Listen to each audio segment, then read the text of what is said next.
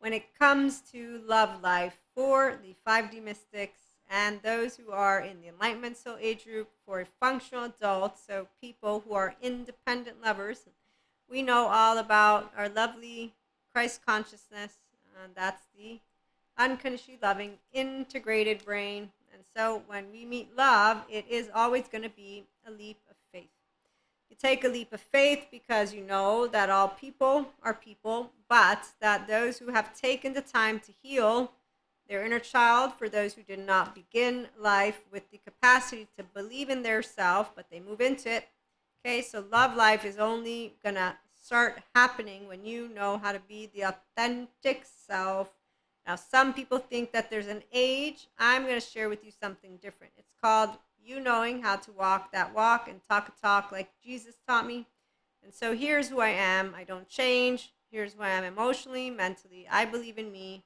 And a love life partner is someone who believes in me and supports me to fly and soar. So we rise above the fray and we support each other to keep on moving forward. That's what love is. It's a secure attachment relationship. In this case, we'll talk about secure attachment.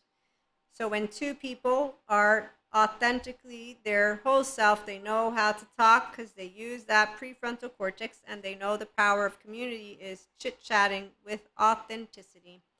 So the social engagement system is on, not the sympathetic. You're not defensive.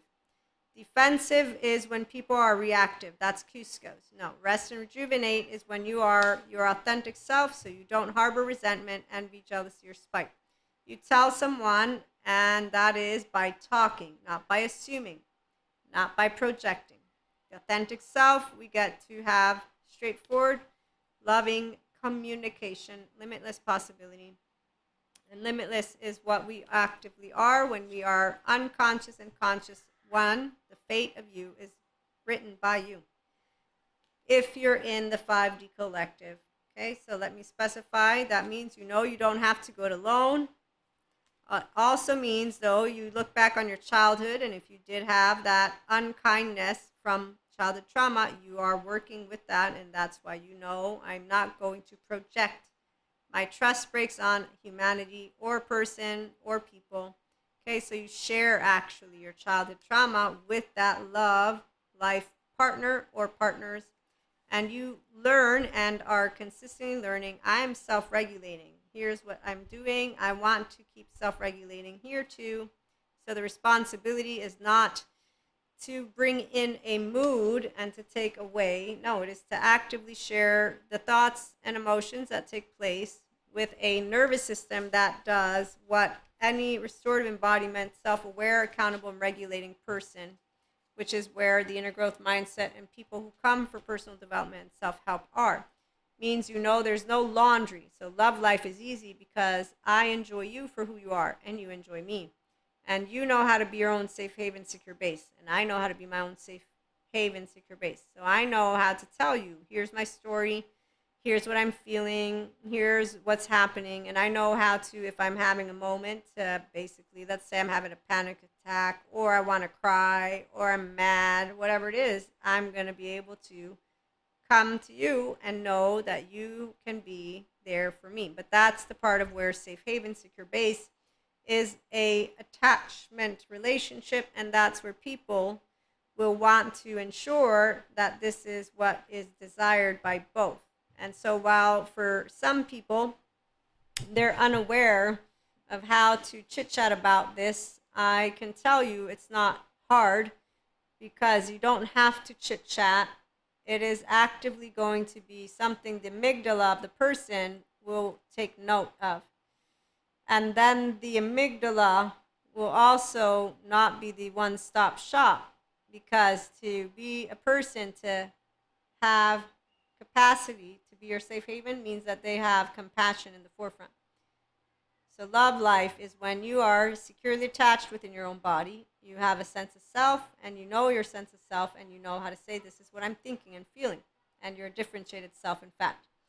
And when someone tells you not to be yourself, you say, there's a door, and that's it.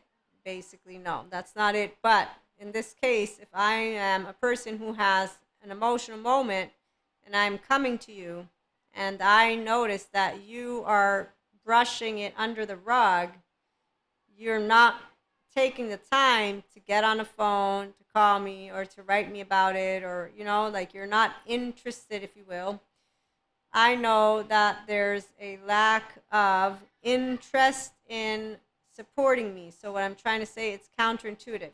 You don't have to talk about it. Like I know when, on the other hand, there's a individual who has their amygdala alerted and in a way of being an independent. This is man, woman, they, it doesn't matter, okay? So people who know how to be in compassion is what I'm trying to describe to you. They know what love is all about and what love life is. If it's romantic, then they know how to be there as your safe haven. So if you're upset, they will make sure to get you out of upset and vice versa. That's why we learn how to become more restorative, embodied, self-aware, more accountable, more regulating in what is not laundry. It is bliss, and it is your social engagement system, and it is you always on. So we lift each other up higher when we're down and when we're up. And that's why there's no boxing gloves, and that's why it's not hard to keep anyone around. No, love life is easy for those of us who know what true love is all about. That's when you know pure consciousness, which is what a 5D collective will. It's called we unconsciously love with flaws and imperfections, ourselves and others, with integrity. The basic moral principles is I will respect emotionally, mentally, and physically your space. It does not mean I will think like you, feel like you, none of that. The minute that I have a Cusco in town, I'll know who it is because of the very way that they will engage with our interactions, and that's a whole other story. So for this love life lessons, you be you, I be me, we accept, love, and respect each other. In fact, here's what we also know as divine feminines, that masculines have infinite potential, and that they don't need to be captured, they don't need to be contained, given any limitations, or nurtured in a way of them being a person who doesn't have their own self-meaning. Whenever I hear that gender stereotype, especially with the women and men thing, I'm just going to say it this way. Men not knowing how to commit, there's plenty of women that don't know how to commit. They're called emotionally avoidant. And as Patrick Tian shares, it would really be cool if you went and got your childhood trauma stuff dealt with. That would be really cool, because then maybe we can talk about love. Until then, you know what? I'm going to go, Cusco, because I know where to find love, and it's not going to be with the emotionally avoidant person who's projecting every rock that's in your foot, which means you're projecting your unresolved trauma from home and calling it, I don't even know. I don't want to have to. So people who want to capture and limit others and then contain them, they're the same people who tell feminines, divine feminines, that we need to shame people. They're the same people who were shamed, which is why we know that they don't know what they're talking about, which is why we say, sure, no. We say, no, I don't shame people. That's not my job. I'm not a projector. I won't cast a stone. I got taught by God how to be humble. And to thank God, I got taught by Jesus how to turn the other cheek and how not to cast stones. My only moment of shame when I was using those words, good and bad, as a kid, because I learned them from grown-ups and I was using them with intent, and I said, I'm so sorry, and I stopped, and that's it. And that's as simple as it gets, which is why when someone doesn't know love life, they don't know how to commit to anything, really. It's not only men, it's also women. And I'm going to leave it alone. So thank you for stopping by. We're going to have another episode. In the meantime, what I wanted to share with you is something from Sadhguru about how amazing your contribution to the world is. It's you, how you live, how joyful you are. Everything has an impact. Also, thank you, Bill O'Hanlon, LMFT. It's not enough to ask people about a positive experience. It's about savoring that experience and getting them to stay with it. Also, FYI, let me see this one. Yeah, seeing everything just the way it is gives you the power and capability to walk through life effortlessly. Sadhguru. And that's what integration of the brain is like, which is where I'm at. So when anger, sadness, fear, happiness, disgust, and surprise come up, those of us who do not have any shame, blame, fault, revenge, that unresolved trauma stuff, the Cusco stuff, yeah. So we don't do let me project my subjective experience of emotion on you, or my physiological response, or my behavioral response. We actively say, hey, guess what? I have this emotion. It's coming up. And I want to talk about it. And that's why, as Gabor Mate points out, kids need to be lovingly accepted, not have to work for love, and allowed to express all their basic human emotions, which is what Love Life is all about. It's also why we don't say you have to feel life like we do. We say, 24 hours, what we got. I thought you were learning how to self regulate in your social engagement system.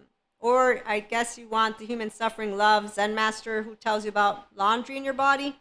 So, yeah, I'm going to give you a challenge. No, opportunity. You can do it. Like the little choo choo train that could. You can do this thing called, if you overflow with humanity, divinity descends. That love is freedom and joy, and attachment is bondage and misery. This is Sadhguru. Also, that the greatest gift you can give to another human being and us is to accept, respect, and love. Also, to know the most precious thing is life itself. Not to realize it at your deathbed, please. That's, very late. And then here, for most people, love means you must do what I want. No, love means they can do what they want, and we still love them. Yes, Sadhguru says the same thing that Gabor Mate says, and that Dr. Daniel Siegel says, and that all the smart people who do know integration made visible is kindness and compassion. And that the road to integration, this is Dr. Dan, is incredibly energizing. And because what you're doing is helping someone to heal, it is really bringing out into the world the love and connection that is our birthright. For all of us human beings, yes. Life as we move together to create more integration in our world. And that's why 5D is all about functional adults who know love life for real, not pretend. So we don't contain or give a masculine anything except for one thing. You're beautiful. I unconditionally love you for who you are. And as long as you tickle my brain and you tickle my heart, we're good. And that means we appreciate each other. And that's unconditionally, with flaws and talking in each other's faces, not by pretending. Pachas. That means you tell me all of it, not just some of it. And that's without projecting it, FYI. So to be continued in another episode. In the meantime, again, thank you for stopping by. Have a lovely day.